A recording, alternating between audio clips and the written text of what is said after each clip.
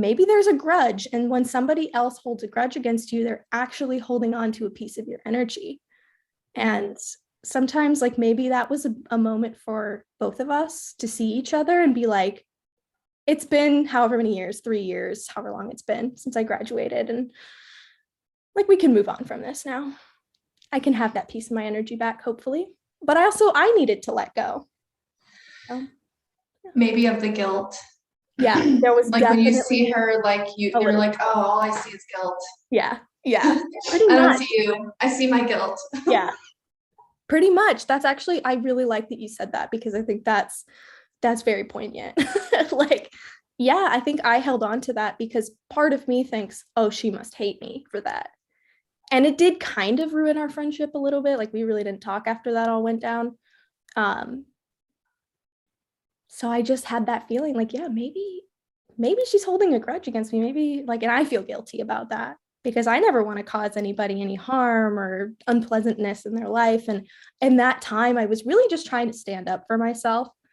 And I was really learning to like stand on my own 2 feet and be like, no, I'm going to draw the line here. This is a boundary for me that you said if your dog ruined things, you'd pay for it. And now you're trying to ask me to pay for it.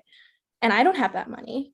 Like, that seems like a very boundary to me, like super realistic. And what I'm curious, what do we do when we know that something we do is the right thing for us, and probably the right thing for them as well, because we're not bending to someone else's will for pleasing them. Yeah, because everyone else others are learning lessons too. Yeah. How do we address guilt that's sticking there? Like, what's a good way to release it if we feel it and we know that it's not guilt, because there's like one type of guilt where it allows us to make like repairs. It can motivate us to be like, hey, I need to say I'm sorry for X, Y, and Z. And then there's others that are like, it's guilt because we did something different than how we were trained to be, even though it was right for us. Like, how do we release that, each time? Or do we even bother? We just let it sit there. I don't know. Yeah, that's a really good question that I don't have an answer, but I want to sit with that of like, yeah, what do we do with that? Yeah. And I think in this case for me, I didn't know what to do with it / didn't really know I was still harboring that because it had been so long. And sometimes, you bump into that person in a very unexpected place. You're like, wow, I never would have expected to see you here. And here you are. And all of a sudden it all comes back. And it's like, maybe for me, I don't know, maybe the part of the reminder was like, I don't know, maybe it did need to be let go of. I think it did now, but maybe it did. I could have let go of it a long time ago, but I didn't know how. I definitely didn't know how. So guilt's a tricky emotion.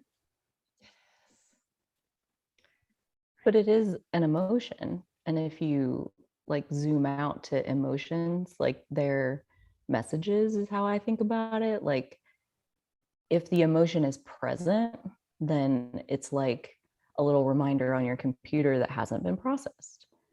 And it's like, if guilt is present, then you haven't digested like what the emotion is bringing you. Like how you said, like, it's right, like every single emotion is for helping us to modify ourselves, our behavior, our choices, our whatever it is. And I think like when we feel guilty, once you change the right thing of like, what is the guilt? And I think most of the time, like the guilt that comes that's on the surface is not actually why you feel guilty. That's my own personal opinion after working with my own guilt in depth, which is like, okay, so a good example of like ghosting my friend and the guilt trip that was like 2 freaking months, like severely depressed. depressed over like doing that to her because she didn't deserve it. And I treated her this way and I felt terrible. And it's like, I felt guilty about ghosting her. But as I sat with it for a couple months, what I really felt guilty about was not speaking up sooner and not ever saying anything when it was smaller and easier. And like maybe we could have communicated and addressed it and the friendship wouldn't have been over. That like I was feeling guilty that I let it get to a place where my only course of action was get her the fuck out of my life, like right now, like get her away from me. And like that's where I was, and that's what was best for me, and I needed it. But oh my God, the guilt like consumed me. And it really was like not over how I treated her at the end. It was like how I treated her for 2 years, how I didn't stand up for myself for 2 years. And then it led to that. And it's like the guilt was so much more than like, you shouldn't ghost people. Like that had nothing to do with it. At that point, it was already case closed. Like that's all we have left as far as an option to get ourselves out of here. So that's like a very personalized experience with like that one piece of guilt. But I do think that like when you've received the message, the messenger can go, you know, like that it's not so much about releasing the emotion itself so much as it is like, why are you here? What is it?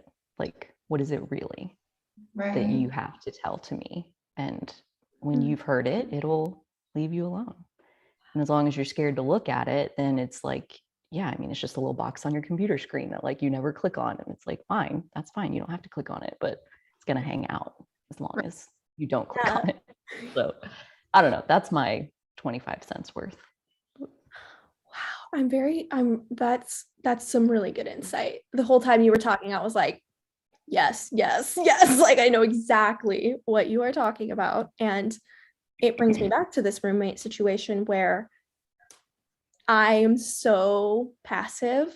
I historically that's my natural tendency, and it's something I'm working on. And I didn't say anything the entire like time that I lived there, which was 2 years. And I never spoke up that entire time until it was this issue where the dog had literally destroyed the carpets, and it was like, are you going to pay for it? And I was like, I should have said something a long time ago before the carpets were destroyed. And when it would have been, because I just didn't want to ruffle people's feathers and cause tension in the apartment unit, basically, was what I was avoiding. But by avoiding that tension, I ended up in this very tense situation in the end. And this is a theme in my life that I'm noticing now of like, I am the common denominator here of I didn't speak up all along when things were smaller, and maybe it would have been a little awkward and uncomfortable, but compared to what it builds into, it's really not that much.